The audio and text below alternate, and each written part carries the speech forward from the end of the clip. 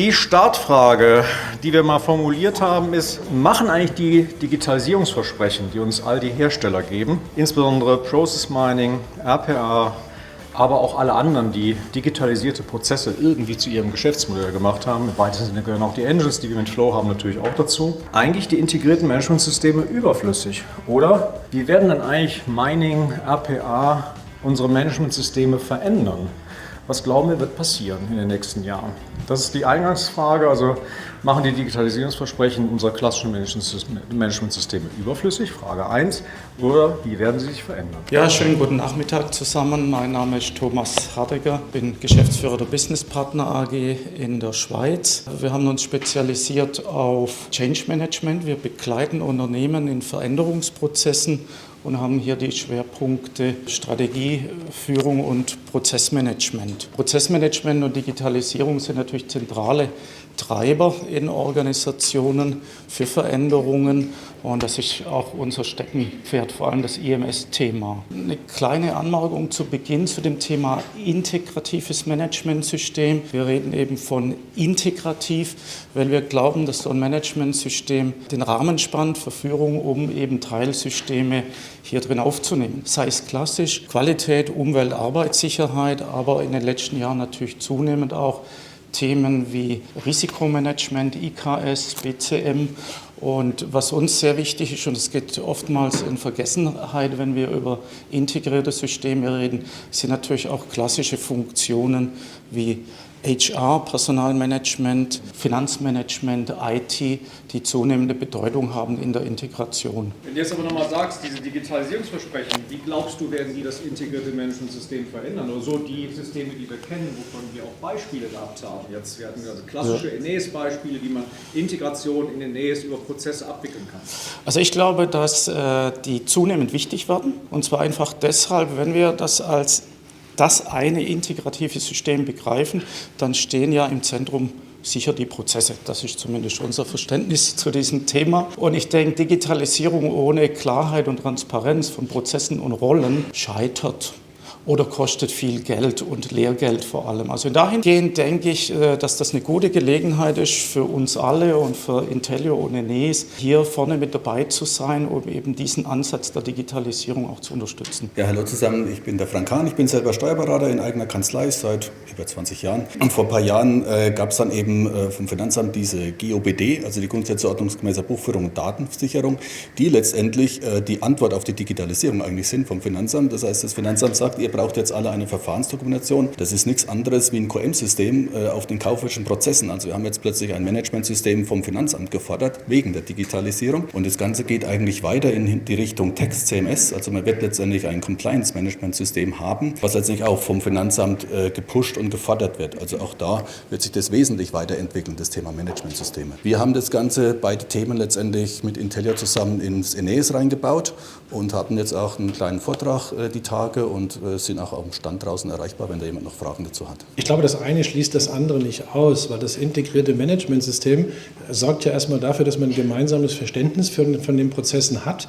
Und wenn man das hat und dann das auch noch hingekriegt hat, dass das, was in den Prozessdokumentationen steht, dann auch tatsächlich das ist, was gelebt wird und gut funktioniert, dann habe ich eine prima Basis, weil dann mache ich nämlich eben nicht das, was an vielen Stellen geschieht, also aus einem scheiß analogen Prozess, einen scheiß digitalen Prozess. Und darum, glaube ich, ergänzt sich das wunderbar, wenn im integrierten Managementsystem definiert ist, wie es geht. Bestenfalls hat es vielleicht noch ein Auditor oder ein Zertifizierer abgenommen. Dann habe ich eine ideale Vorlage für eine Digitalisierung. Und dann sollte ich das digitalisieren, was halt oft vorkommt. Prozesse, die ich nur einmal im Jahr mache, da muss ich mir gut überlegen, ob ich die digitalisiere. Aber das, was oft vorkommt und damit wiederholbar und reproduzierbar und automatisiert wird, das schreit geradezu danach. Mein Name ist Jochen Moorbacher vom Prozesspartner. Wir haben zwei Begriffe, integrierte Managementsysteme und die Digitalisierung, also Workflow-Systeme. Das sind keine Synonyme, das sind zwei ganz unterschiedliche Themenfelder, die sich überlagern. Ein Unternehmen ist ein lebender Organismus, der sich permanent mit verändert. Workflow-Systeme dienen dazu, hier wiederkehrende, gleichförmige Prozesse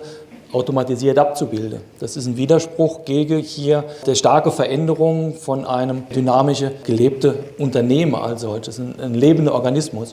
Und der besteht aus deutlich mehr als den automatisierbaren Kernprozesse mit hoher Wiederholungsrate.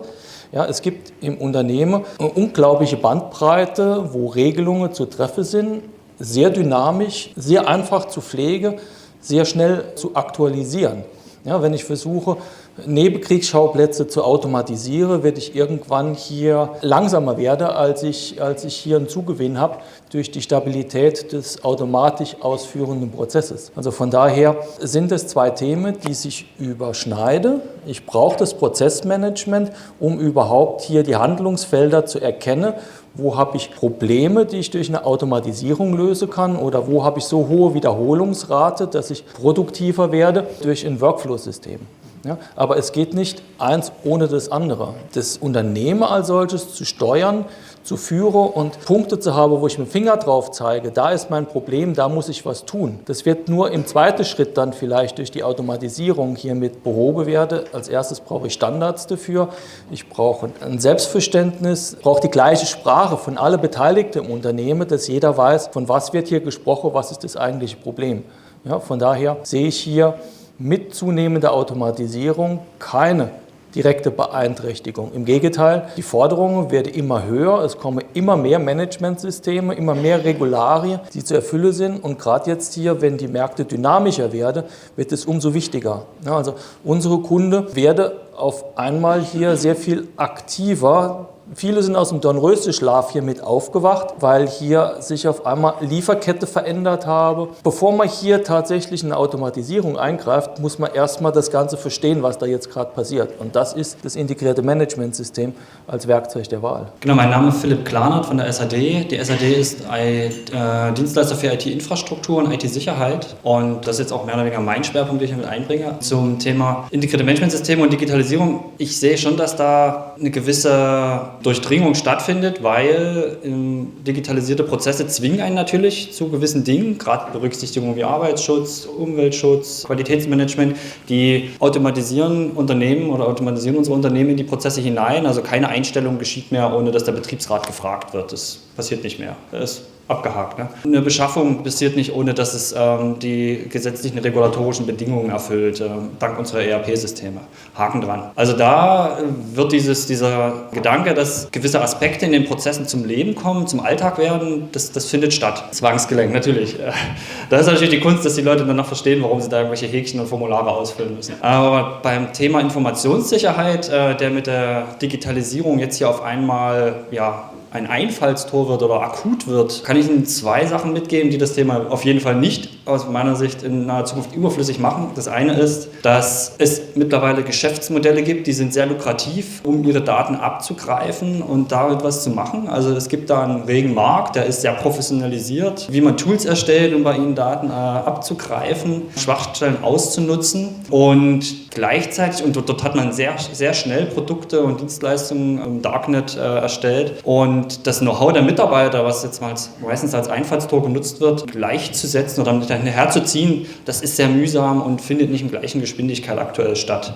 Deswegen werden wir hier streckenweise dann auch mit Zwei-Faktor-Authentifizierung gegängelt oder irgendwelchen Netzwerksperren und so ähnlich. Also da ist das Bedrohungsszenario halt extrem gestiegen durch die Digitalisierung. Und eine zweite Sache, die uns da sehr auf Trab hält, ist, dass der Gesetzgeber dem natürlich auch versucht, Rechnung zu tragen mit unserer digitalisierten Welt. Also vergeht kaum ein Monat, wo nicht irgendein Gericht irgendein Grundsatzurteil fällt, wo der Gesetzgeber mit Telekommunikationsüberwachungsregeln wiederkommt, Vorratsdatenspeicherung und wer setzt diese Gesetze um? Das muss natürlich ein Informationssicherheitsmanagement versuchen, in Unternehmen reinzutragen und in die Köpfe der Mitarbeiter zu bringen. Also da gibt es gerade einen extrem hohen Wandel, den ich jetzt zum Beispiel beim Arbeitsschutz nicht so stark wahrnehme, der aber halt durch diese Digitalisierung halt mitkommt. Also, was gibt es denn vielleicht ergänzend aus der Runde? Deswegen einfach, da ist ein Stuhl frei. Wer hat eine Frage oder ein Statement zum Thema? Der kommt einfach nach vorne. Gut, dann stelle ich mich auch noch kurz vor. Daniel Somsig von der Rewe Group. Ich wollte gerne noch etwas ergänzen, weil ich glaube, im Hinblick auf die Werkzeuge zur Digitalisierung von Prozessen oder Schritten, also RPA, Workflow, wurde die Frage, glaube ich, richtig beantwortet. Also aus meiner Sicht richtig, es macht tatsächlich keinen Sinn, zu digitalisieren, ohne ein strategisch-konzeptionelles Prozessmanagement in Form eines integrierten Managementsystems zu haben, über das ich halt überhaupt priorisieren kann, welche Prozesse machen Sinn zu digitalisieren. Und wie Bernd schon richtig gesagt hat, ich muss einer Digitalisierung auch immer eine richtige, vernünftige Prozessanalyse und Optimierung vorschalten, weil sonst digitalisiere ich halt was Schlechtes.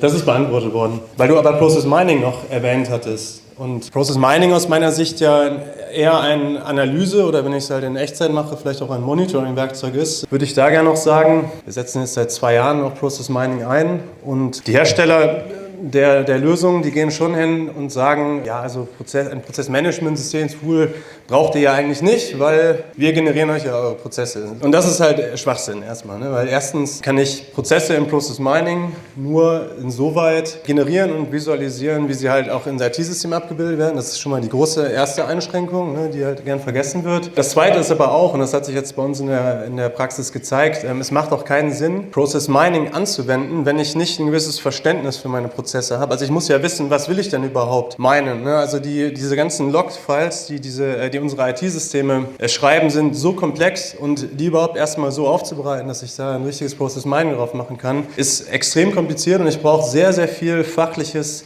Prozessverständnis, um dann auch die richtigen Daten abzugreifen. Das heißt, ich muss wissen, was sind denn die für mich relevanten Kennzahlen? Ich muss überhaupt wissen, welche Systeme sind denn in meinem Ende-zu-Ende-Prozess überhaupt beteiligt? Dann muss ich halt reingreifen. Das heißt, auch da brauche ich aus meiner Sicht ein vernünftiges Prozessmodell als Konzeptionsgrundlage und Vorlage. Ne? Ich wollte das eigentlich untermauern, das sind auch unsere Erfahrungen. Und wenn wir gerade an die Breite der Anwenderinnen und Anwender denken oder auch Organisationen, es müssen ja auch datenmäßig Voraussetzungen da sein, gewisse Mengen. Ich habe gehört, Sie sind von Rewe, da gibt es sicher mehr Daten wie vielleicht bei einem Mittelständler. Und ich denke, man kann auch einfach die Menschen entlang der Prozesskette fragen, was läuft denn gut oder schlecht und kommt dann eigentlich auch auf Baustellen, die man verbessern kann.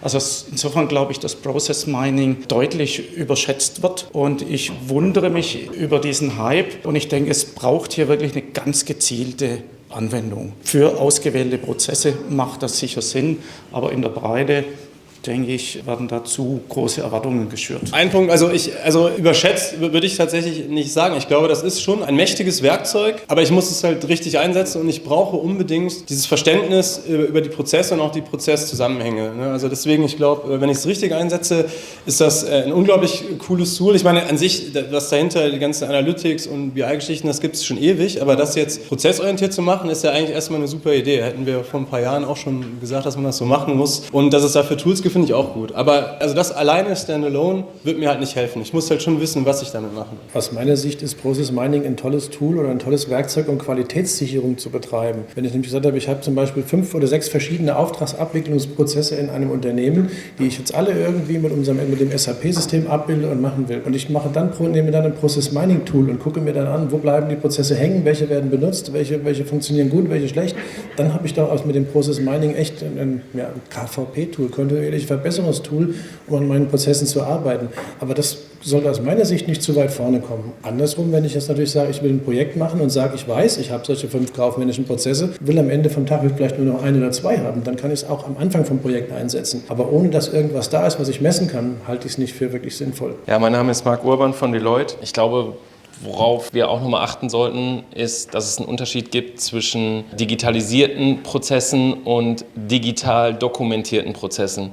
Also nur weil ich einen Prozess schön in meine Swimlanes eingetragen habe, habe ich noch keinen digitalisierten Prozess. Da ist der gelebte Prozess noch weit von weg.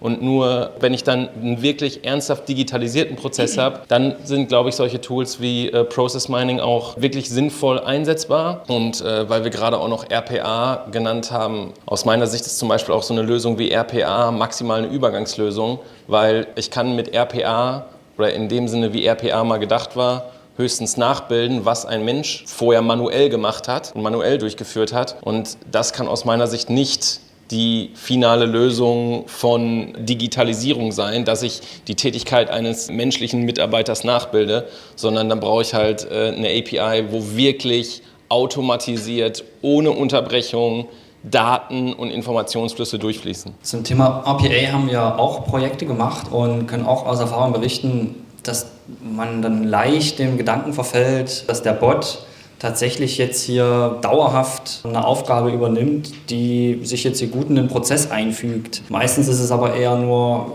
wie Sie sagen, so eine Übergangslösung, ein Indiz dafür, dass an dem Prozess was nicht stimmt. Und klar, wir kriegen auch von heute auf morgen mit unserer IT-Infrastruktur, unseren Anwendungen nicht immer Prozesse nachgebildet so schnell, wie sich unser Geschäftsumfeld wandelt. Aber da ist der RPA-Ansatz halt ein Lückenfüller, der diese Zeit überbrückt, bis ein IT-Projekt wieder die Prozesskonformität herbeiführt.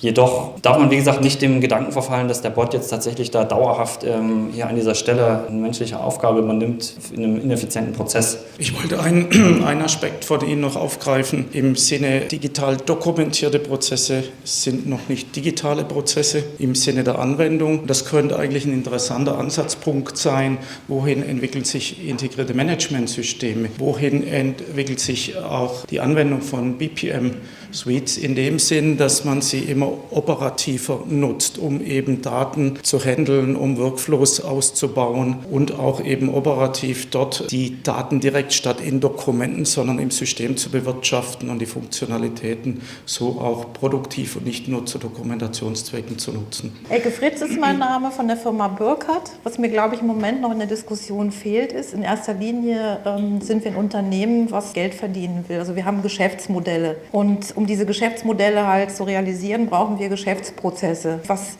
mich persönlich halt in dem Prozessmanagementsystem stört, was ich übernommen habe vor einigen Jahren, das stellt eine extreme Simplifizierung von Prozessen dar. Also das heißt, die Art, wie wir früher Prozesse modelliert haben, ist eine zu starke Simplifizierung. Und es gibt bei uns in den Geschäftsprozessen Variationen, die sind durchaus gerechtfertigt. Es gibt aber auch Variationen, die sind nicht gerechtfertigt, die sind zu teuer. Dafür helfen mir aber dann die integrierten Managementsysteme nur bedingt. Und da hilft mir Process Mining, weil ich damit halt feststellen kann, wie viele Variationen habe ich überhaupt in diesen Prozessen. Also wir haben 3.600 Mitarbeiter und 36 Länder. Und bei uns läuft der Auftragsabwicklungsprozess, also wir haben das uns mal visualisieren lassen, das sieht aus wie irgendwie so ein Teller mit Spaghetti. Und das kostet uns sehr viel Geld. Und ich will nur sagen, halt in erster Linie ist es so, halt, wir haben Geschäftsmodelle, wir möchten damit Geld verdienen. Die Visualisierung von Prozessen hilft uns da, aber es darf in Zukunft nicht mehr so sein, dass es diese extreme Simplifizierung ist, die in den alten Modellen halt drinsteckt. Das bedient nicht irgendwie dieses Kennenlernen der Komplexität, die wir haben.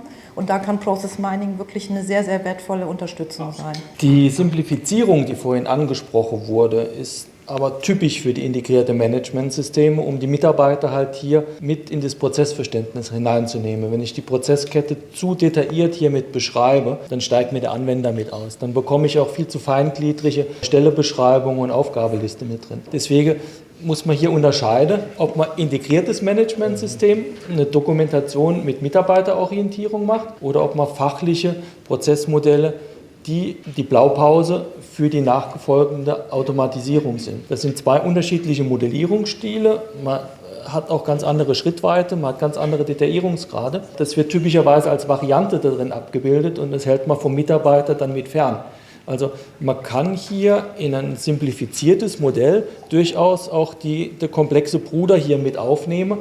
Man sollte aber dabei achten, dass man das vom Mitarbeiter fernhält, sonst steige die aus. Wir setzen uns im Moment gerade sehr viel mit dem Thema Komplexität auseinander und Komplexität steuern. Und ich meinte jetzt eine Simplifizierung, die halt anderen Leuten eine Vereinfachung vorgaukelt, die aber gar nicht so ist. Es gibt Abläufe, wo Mitarbeiter an jedem Punkt, an jeder Aufgabe 3 Auswahlmöglichkeiten oder 4 haben. Das ist jetzt schon real und es wird auch, glaube ich, zukünftig noch mehr werden. Und dann dürfen die Modelle den Mitarbeitern nicht vorgaukeln, es gibt nur einen Weg, weil dann fühlen sie sich falsch und dann gucken die auch nicht mehr die Prozesslandkarte, sondern ich glaube, wir müssen auch in den Prozesslandkarten abbilden, du musst zwischen 5 Möglichkeiten unterscheiden, das ist dein Job und du bist verdammt gut wichtig ausgebildet, wenn du das wirklich hinbekommst. Und das ist für mich Komplexität steuern und das ist für mich, wenn man Leuten eine Einfachheit vorgaukelt, die nicht da ist, das ist für mich Simplifizierung. Ja, ich denke, wenn wir mal angucken, die Nutzungsraten von solchen Systemen, also wie viele Zugriffe haben wir. Und ich denke, wenn wir ganz simple Systeme haben oder zu simple, dann gucken die Leute gar nicht ins System rein. Insofern ist das dann rein eine Dokumentation der Prozesse. Und ich denke, wenn wir über Komplexität steuern reden, das ist ein Aspekt, wo ich glaube, Komplexität können wir gar nicht steuern, aber wir können in der Kommunikation was tun. Wir können mit den Leuten über die Prozesse, über die Varianten reden. Wir können mit denen zusammen schauen, wie wollen wir uns denn organisieren, in welchen Varianten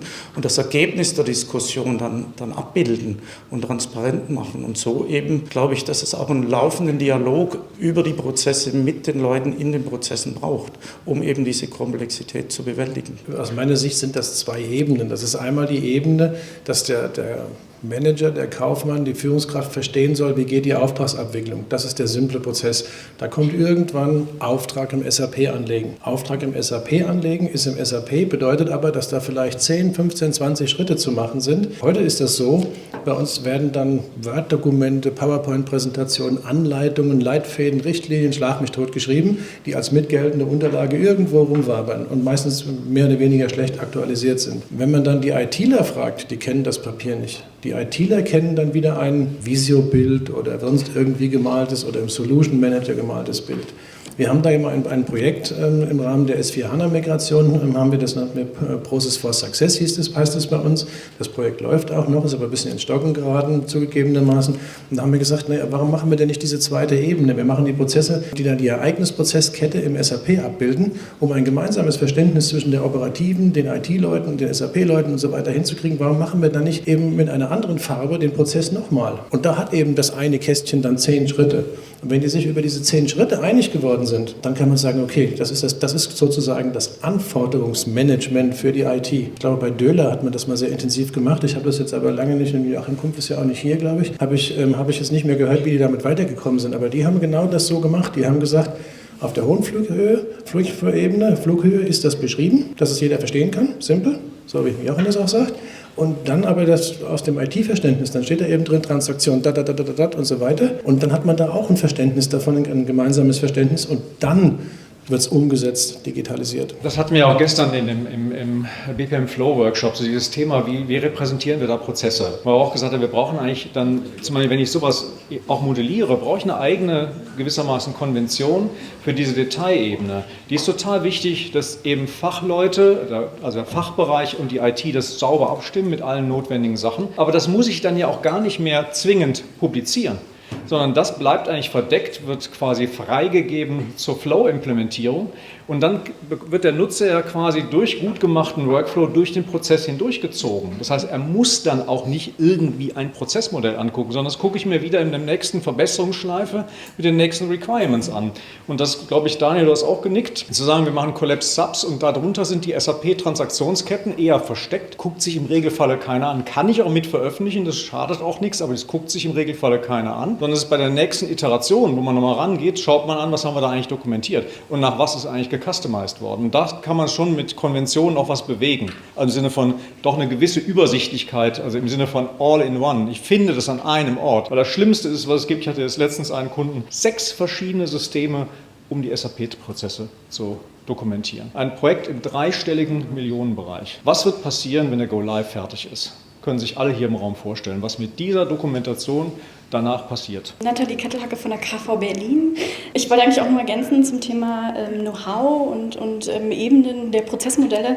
Ich persönlich empfinde auch Prozessmanagement eigentlich immer als Teil von Wissensmanagement und das ist zwar ja viel immer Dokumentation und wir haben gerade schon gehört, Anleitungen und PowerPoint-Präsentationen und sowas, das ist so klassische, ich nenne es jetzt mal Ablagethemen, aber ich glaube auch, dass Prozessmanagement darüber hinaus auch viel Einfluss haben wird oder aus meiner Meinung wahrscheinlich auch schon hat in vielen Unternehmen, auf die Kultur und wie die Kollegen mit ihrem Wissen zusammenwachsen. Natürlich ist das für jedes Unternehmen irgendwie unterschiedlich, je nachdem, was man produziert oder auch nicht produziert, auf welchen Ebenen man diese Prozessmodelle tatsächlich definiert. Das Wichtigste ist ja eigentlich auch das, was man eben nicht dokumentiert, wie baut man denn das irgendwie im Unternehmen eigentlich ein, ja, unabhängig von Dokumenten und wie wird das untereinander in den Mitarbeitern genutzt? Ich finde, das ist auch mal eine sehr organisatorische Herausforderung einfach. Ja, mein Name ist Robert Blatter von der SIG AG aus Waldkirch und genau, wir haben ja schon drüber gesprochen, über Dokumentation auf der einen Seite, Automatisierung auf der anderen Seite und Dokumentation, glaube ich, ist auch wichtig, auch dieses übergreifende Verständnis. Es ist aber jetzt gerade schon so ein bisschen durchgedrungen, je nachdem, für was man einen Prozess verwendet, hat man unterschiedliche Sichtweisen darauf. Bin ich ein Mitarbeiter, der es ausführt? Bin ich ein Prozessmanager, der das große und Ganze im Blick hat? Bin ich ein Mitarbeiter in der IT, der sich für die IT-Umsetzung interessiert? Und da finde ich schon, ist das Dokumentieren von Prozessen, das Darstellen heute noch viel zu statisch. Ich muss mich immer entscheiden,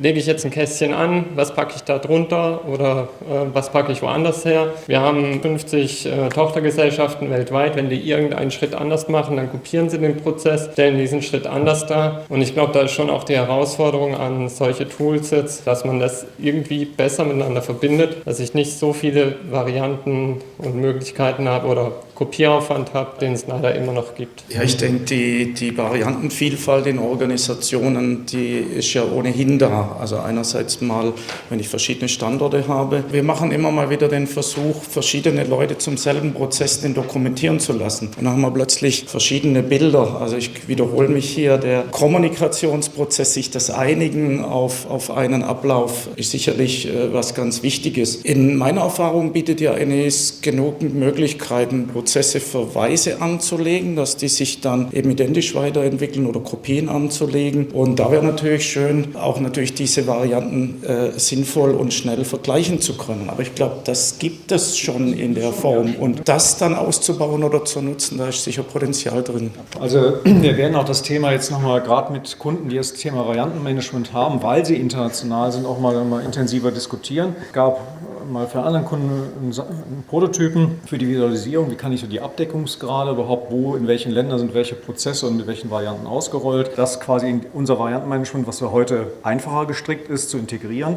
Aber dafür brauchen wir eben Use Cases. Das ist, was wir auch gerne machen, dass wir sagen, wenn hier ein Unternehmen auf einem bestimmten Reifegrad angelangt sind und sagen, jetzt müssten wir eigentlich mal, wir haben Ideen, wir haben Konzepte, was könnte jetzt eigentlich ein Standard-Use-Case sein, den wir dann auch als, eben ich hatte heute Morgen von unseren Standards berichtet, den wir als Standard auch mal anlegen. Ja? Wie weise ich die dezentrale Verantwortung, den Local Process Manager zu? Wie dokumentiere ich, ob der eine Variante braucht und ob sie nun da ist, ob sie freigegeben ist, wo die sich wirklich unterscheidet, Klammer auf, möglichst wenig, nämlich da, wo nur noch die Erfordernis ist. Das sind ja alles solche Use Cases, wie kann man die gut unterstützen, also handhabbar unterstützen. Das, denke ich mal, müssen wir auch wirklich in der Community mit denen machen, die die Anforderungen haben und da auch sehr klar die Anforderungen formulieren können. Ansonsten ist das ein bisschen Jugendforsch. Also in dem Thema ist es wichtig, dass man die Klammer dann auch noch schließt. Also nicht nur eine Variante hier mit Bilde davon für einen Standort. Der Kopieraufwand, der damit entsteht, den sehe ich untergeordnet zu dem Nutze. Wenn der Standort eine Kopie bekommt und das aus seinem Blickwinkel überarbeitet, hat man auch eine Chance, um aus der Differenz der beiden Prozesse hier tatsächliche Verbesserungspotenziale zu finden. Also Variantenmanagement macht in meinen Augen tatsächlich nur dann Sinn, wenn man eine Variante bildet, hinterher auch den nächsten Schritt zu gehen, die Differenz hier mit untersucht. Das geht ja im Tool über den Variantevergleich, dass man sieht, wie sind die Differenzen davon und dann auf einen gemeinsamen, verbesserten Prozess nachher mitgeht. Ja? Wenn man das konsequent den letzten Schritt macht, dass man diese Prozesse, die Erkenntnisse zusammenführt zu einem verbesserten Prozess, ist der Arbeit für das Versionsmanagement, für das Kopieren, für die Bearbeitung der Variante eher untergeordnet. Einen kurzen Satz noch zum methodischen Vorgehen.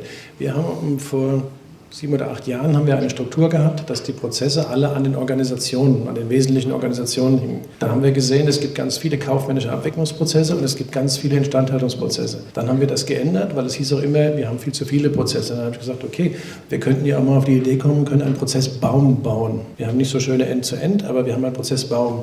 Und dann haben wir den Prozessbaum sortiert, das sind die kaufmännischen Abwicklungsprozesse und das sind die Instandhaltungsprozesse. Und das waren auf einmal unglaublich viele. Und wenn man dann einen Sponsor für so ein Projekt braucht, was Prozessmanagement ja eigentlich leisten soll, dann zeigt man das mal dem Geschäftsführer. Der sieht sofort ein Effizienzpotenzial und sagt, Leute, dann machen wir jetzt mal ein Projekt.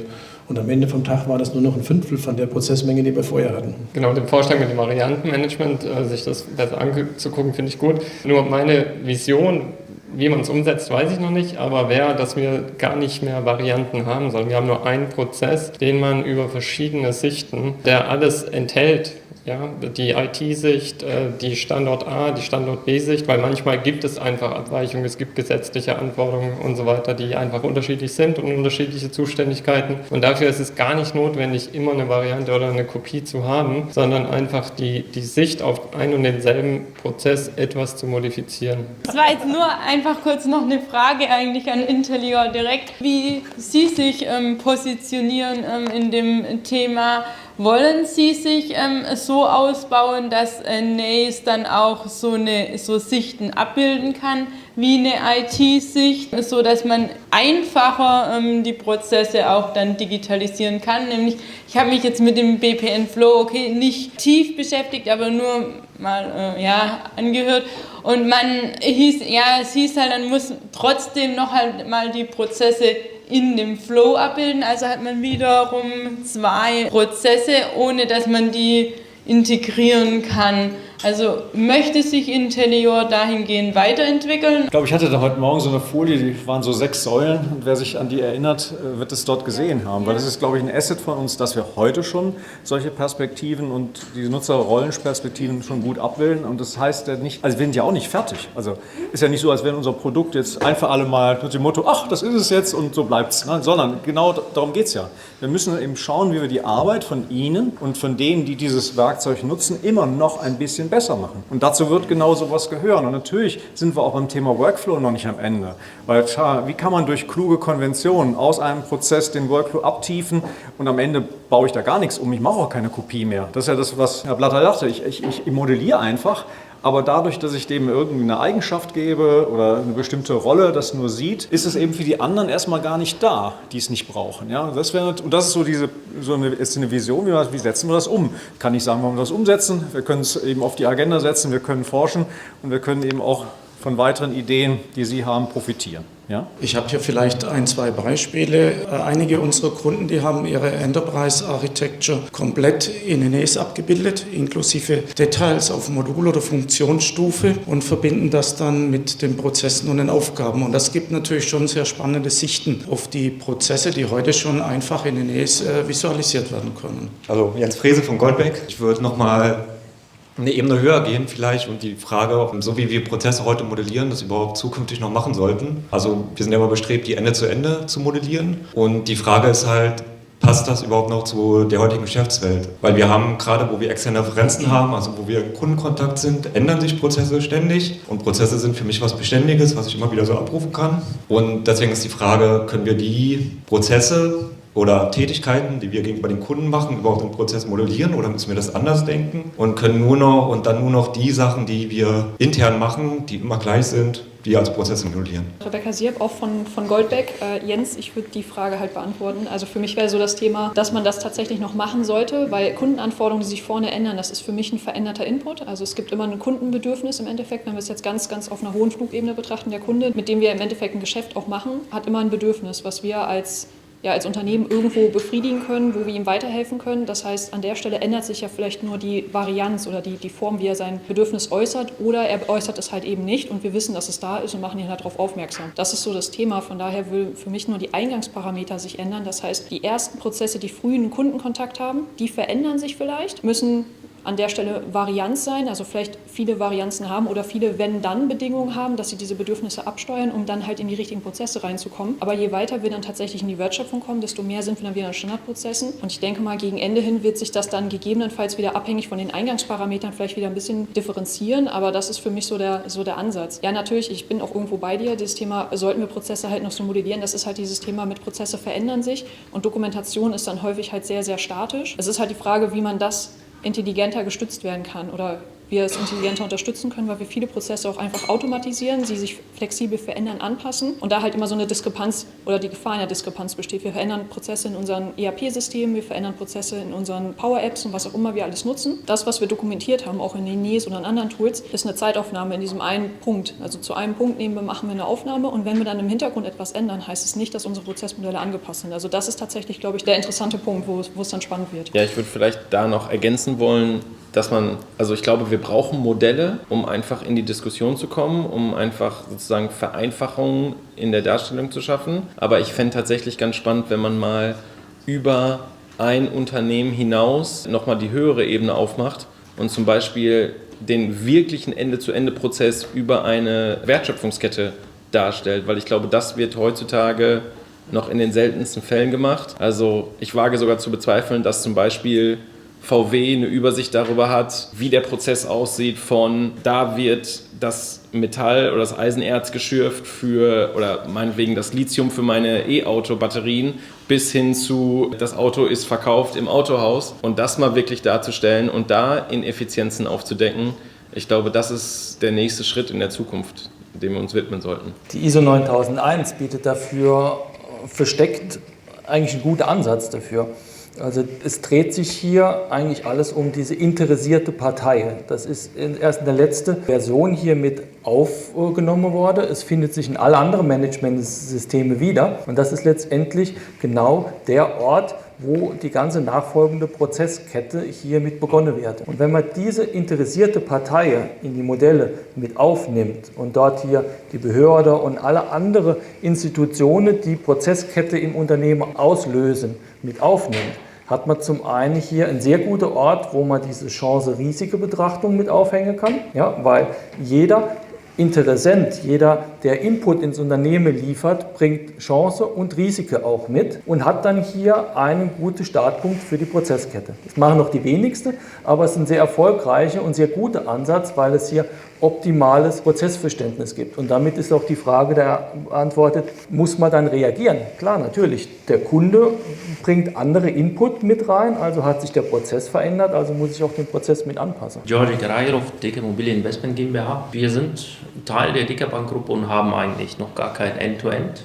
Das heißt, wir versuchen erst dahin zu kommen. Ich möchte da aber einen anderen Aspekt einbringen. Und zwar, wenn Sie das mal global galaktisch sehen, dann sind wir gefragt, brauche ich End-to-End? Es gibt eine andere Anforderung, das ist ESG-Prozesse. Also wir sind Teil der Immobilienwirtschaft, da spielt das schon eine Rolle. Also wie wird CO2 produziert, wie sehr spielt das in meinen Immobilien eine Rolle und Ähnlichem. Das kann ich ja nur dann betrachten, wenn ich tatsächlich die gesamte Prozesskette sehe. Und das, glaube ich, ist schon ein Mehrwert der End-to-End-Prozessmodellierung, wenn wir das auf andere Teile übertragen. Die Frage, die Sie gestellt haben, Herr Frese, die kommt mir aus dem Krankenhausumfeld sehr, sehr bekannt vor. Der Kern ist so ein bisschen, dass auch Sie Ihre Produktpalette immer mehr erweitern, um immer kundenindividuellere Bedürfnisse zu befriedigen. Ja, klar, wir versuchen da Abstraktion reinzubringen, um das dann auch kosteneffizient zu machen, aber denselben Problem oder dieselbe Problemstellung haben auch Krankenhäuser. Die Gesundung des Patienten, der immer ein Einzelfall ist, dieser Definition werden wir uns auch niemals verweigern oder die irgendwie aufgeben, dem einen Prozess überzubügeln und zu sagen, der Patient muss jetzt da rein und kommt dort hinten gefälligst gesund wieder raus. Das ist so die maximale quasi Individualisierung, die man sich von so einem Prozess vorstellen kann. Deswegen hat der Prozessbegriff im Krankenhaus auch lange überhaupt nicht funktioniert. Dort nannte man das Case Management. Und ja, ich sehe auch, es gibt da jetzt noch nicht die Lösung, die ich Ihnen jetzt präsentieren kann. Georg Brasser von TCM International. Ich wollte nur anschließen an die Frage, brauchen wir Prozesse in Zukunft oder müssen wir die so detailliert modellieren? Ich glaube, dass die Erfahrung in allen Unternehmen, speziell auch in der Softwareentwicklung, wenn man sich jetzt Intelio anschaut, die in der agilen Softwareentwicklung arbeiten und wir machen das bei unseren Softwareentwicklungsbereichen ebenfalls. Wenn man diese Ansätze in der agilen Softwareentwicklung eventuell als Prozesskernelemente für zukünftige Prozessdesigns oder Prozessmodellierungen hernehmen, vielleicht hat man schon die Erfahrung, dass man das eventuell aus eigenem Wissen und Erfahrung schon einbringen kann. Das ist so, wir modellieren natürlich auch einen Entwicklungsprozess, aber der ist ganz anders modelliert. Und das ist eben das Thema Abstraktion, was ich ja vorhin gesagt hatte. Wir müssen eine Abstraktion finden, die einen Rahmen gibt. Was bedeutet agile Softwareentwicklung? Und was passiert dann da drin? Und was sind die Standards und wiederum Services, die wieder hochgradig vielleicht sogar standardisiert sind, mindestens auf der Werkzeugebene oder auf der Timing-Ebene, auf den Artefakten. Und deswegen ist es eine andere Art. Wir benutzen auch eine BPMN, wir stellen das auch dar, aber das ist ein anderes Level der Darstellung. Diese Abstraktionsebene zu finden, das ist eben auch sehr, sehr wichtig. Das mit der Gesamtkette ist nochmal ein ganz wichtiges Ding, weil normalerweise wird die Kette ja, weil ich sie nicht, klar, jetzt Lieferkettenschutzgesetz, jetzt fängt es an, ich muss, ja, aber da hat ja bislang noch keiner dran gedacht. Und wie wir das Thema Nachhaltigkeit in unsere integrierten Managementsysteme integrieren können, das wäre noch ein Folgethema, was wir aber heute nicht mehr durchkriegen. Ein Satz zu dem ISO 9001. Wir haben gerade schon gesagt, ich glaube, die wenigsten Unternehmen haben überhaupt die ganze Kette einmal abgebildet. Und da können wir, glaube ich, auch den Kreis wieder schließen zu digital dokumentierten Prozessen und wirklich digitalisierten Prozessen. Weil ich glaube zum Beispiel, vielleicht hat Lufthansa ihren End-to-End-Prozess abgebildet und Airbus hat auch ihren End-to-End wahrscheinlich über ihre Sachen raus. Aber das ist nicht das Gleiche. Die haben schön digital dokumentiert, aber haben eben keinen digitalisierten Prozess Ende zu Ende dargestellt. Und da müssen wir vielleicht auch integrierte über Unternehmen hinaus Systeme haben. Wobei ich jetzt mal mich wieder auf das eigene Unternehmen in meinem Statement zurückziehen würde. Also Prozessmodellierung ist ja, im Grunde hast du das auch gerade gesagt, Kai, gibt ja überhaupt nichts vor hinsichtlich Detaillierungsgraden, Abstraktionsgraden. Es macht aus meiner Sicht auch überhaupt keinen Sinn, alle Prozesse eines Unternehmens im gleichen Detaillierungsgrad zu modellieren, weil es halt eben Bereiche gibt, in denen ist es sehr wichtig, dass ich einem sehr stringenten Prozess folge. Und dann gibt es aber immer Bereiche, an denen ich halt den Mitarbeitern auch Freiheiten lassen muss. Also ich habe die Diskussion schon oft gerne mit Leuten im Vertrieb geführt, ne, also Steffen, ne, also Vertriebler, genau. Vertriebler sehen sich ja gerne als Künstler, ne, die können keinem starren Prozess folgen, weil ich muss mich auf den Kunden einlassen und so weiter. Ich verwende da gern das Bild, wie sollte Prozessmodellierung sein? Ein Prozessmodell muss den Mitarbeitern Orientierung und Leitplanken geben, das heißt vergleichbar mit einer Skipiste, ne, die kann ich halt im Schuss geradeaus runterfahren, ich kann auch große Bögen machen, aber es ist schon wichtig, dass ich halt weiß, wo die Piste aufhört, links und rechts, ne, damit ich halt nicht runterfalle. Und ich glaube, ich kann Prozessmodelle schon so aufbauen, dass ich die Freiheitsgrade lasse, die ich halt auch brauche, um dann auch case-individuelle Entscheidungen zu treffen. Case-Management finde ich übrigens auch sehr spannend in dem Zusammenhang.